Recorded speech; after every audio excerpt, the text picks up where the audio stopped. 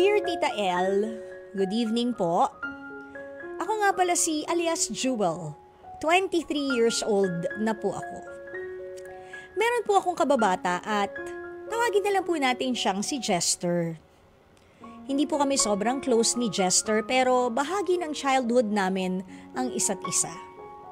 Magkaklase kami hanggang grade 6 at palagi rin kaming magkalaro nung mga bata pa kami. Siyempre, may iba pa kaming mga kalaro pero kami ang madalas na magkasabay kapag pupunta sa laruan, pati kapag uwian na kasi magkatapat lang ang bahay namin. Naalala ko hanggang nung grade 6 kami, palagi siyang pumupunta sa amin basta ganitong December. Humihingi siya ng pamasko kina mama kahit mag-isa lang siya na palaging nangangaroling sa amin. Minsan, naiinis ako nun sa kanya kasi ang kulit niya. At saka lagi niyang ibinibida kina mama na magkalaro na nga kami at magkaklase. Pero nung grade 7 na, hindi na siya sa lugar namin nakatira.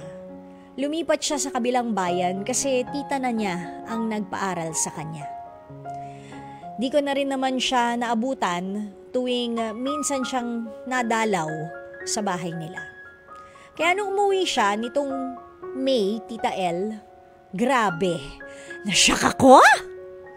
Bukod sa na-realize kong ang tagal na pala ng lumipas na panahon, therefore, ang tanda ko na, nagulat ako kasi ang laki na niyang tao, Tita El! O, anong malaki pa At syempre, ang gwapo!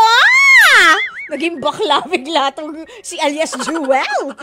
Iba, from the Jester na nakakalaro ko noon at nangungulit kina mama ng pamasko. Dito na raw ulit nakatira si Jester pero madalang siyang lumabas ng bahay. Lagi nga akong umiikot sa paligid ng bahay nila. Meron kasing long cut doon papuntang Central Park at mga sasakyan ng bus paluwas.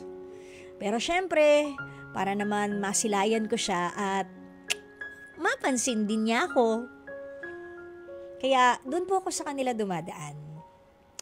At ngayon, December na, wish ko na sana mamasko lang ulit siya kina mama at papa. Na sana tulad ng dati, kulitin niya akong magpunta sa parke para maglaro kahit wala na yung iba pa naming mga kasama. Malandi. Ano gagawin niyo sa park? Anong laro to? Bilangan ng nunal.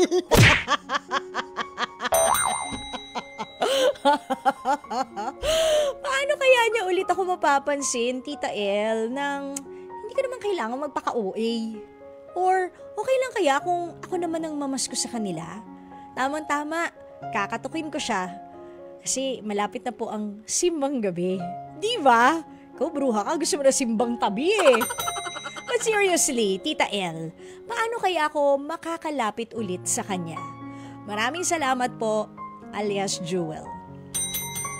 Jewel, ayan tayo eh. Nung pangit, hindi mo pinapansin. Ngayong pogi na, nagkakandara pa akin. Parang kasasabi ko lang kanina, di ba? That you don't fit the mold. Ganyan eh. Oh, kita mo, ugly duckling nung bata ngayon. What a swan! Di ba? Paano ka nga ba muling magiging close or mapapalapit ang loob ni Jester sa'yo? For sure, kilala ka pa niya kung naging part ka ng childhood niya because dati sa core memory, araw-araw magkalaro kayo. Magkaklase pa. Grabe Ano yun, tinamaan siya ng amnesia kapag di ka niya naalala. O, hindi ba? Siguro, kaya hindi na siya kumakatok sa bahay niyo. Unang-una, 20 plus na kayo. Alam ka namang mangaroling pa siya. Magulat ka, ate, kapag nangaroling tas may kasamang bata, anak ko na pala niya. Aray! O, di ba?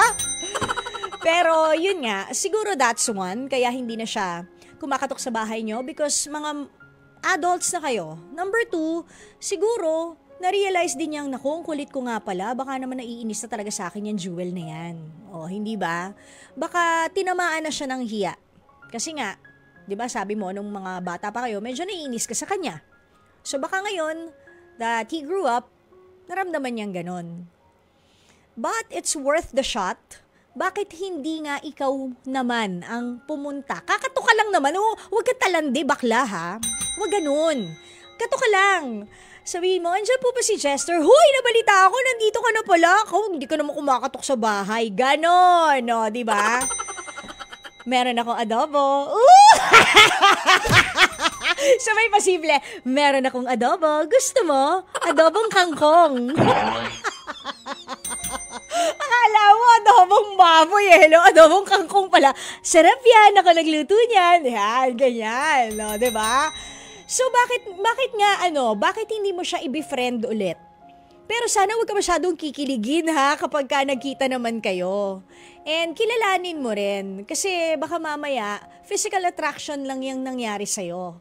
Kasi nga, pumogi na eh, hindi ba? Pero aside from the physical na itsura ni Jester, sana kung magkakaigihan kayo, it's not because of the physical appearance, but kung ano yung nasa sa loob niya. Kung sino talaga siya. And magandang, if you ask me magandang batayan ng isang relationship kasi bata pa lang kayo, magkakakilala na kayo. Di man kayo naging close, but at least you know each other. Since nung mas mga sabihin na natin if you're 23 now, grade 6 ka, 12 mga 11 years ago, hindi ba? Magandang basihan yon na yung at a young age, magkakilala na kayo. So, konti na lang yung ipapatch up nyo, ika-catch up ninyo.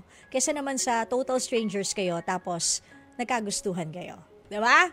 So, sana, Jewel, everything turns out right. Sana maging okay kayong dalawa ni Jester. Pero simulan mo ulit sa, hi, long time no see. O, diba? Ikaw na ba si Jester? Ang laki-laki mo na! Ganon. Charing! Ang laki-laki mo na. Sabay, may dilang ganon. Parang lalapangin si Jester. Hi, ikaw ba si Jester? Naalala mo ako si alias Jewel. Laki-laki mo na. Ganon. Para kay sa lago bang naman kadikit. Umanya. Charing, wag mong gawin yon. Wag mong gawin yon. Bad yon. Sabihin mo lang, uy, ikaw ba yung kababata ko, si Jester? Naalala mo ba ako? Yung kalaro mo dati nung grade 6? Si alias Jewel? Oo, ako na to. Ikaw na ba yan? Oo, yan, ganyan. Okay? So, take time to know each other first bago kayo magkainlaban. Okay? At sana, wag naman padalos-dalos ang mga hormones ninyong dalawa. Jewel, bata ka pa kahit nasabihin mong ang tagal ng panahon na grade 6 kayo. 23 ka pa lang. And if you add 10 more years, baka lang mas may mga makilala ka pang ibang lalaki. 'Di ba? Kasi you think when you're in your 20s, you think that you are old enough. But then again, if you add 10 more years, 33, may mga possibilities pa na maaring makilala mo yung taong dapat pala para sa'yo. Kaya lang talikan eh. Kaya may mga nangangaliwa eh. Anyways, ibang topic na yon. O siya, oras natin 7 minutes makalipas alalas 9. Jewel, sana maging Jewel ka ni Jester sa future.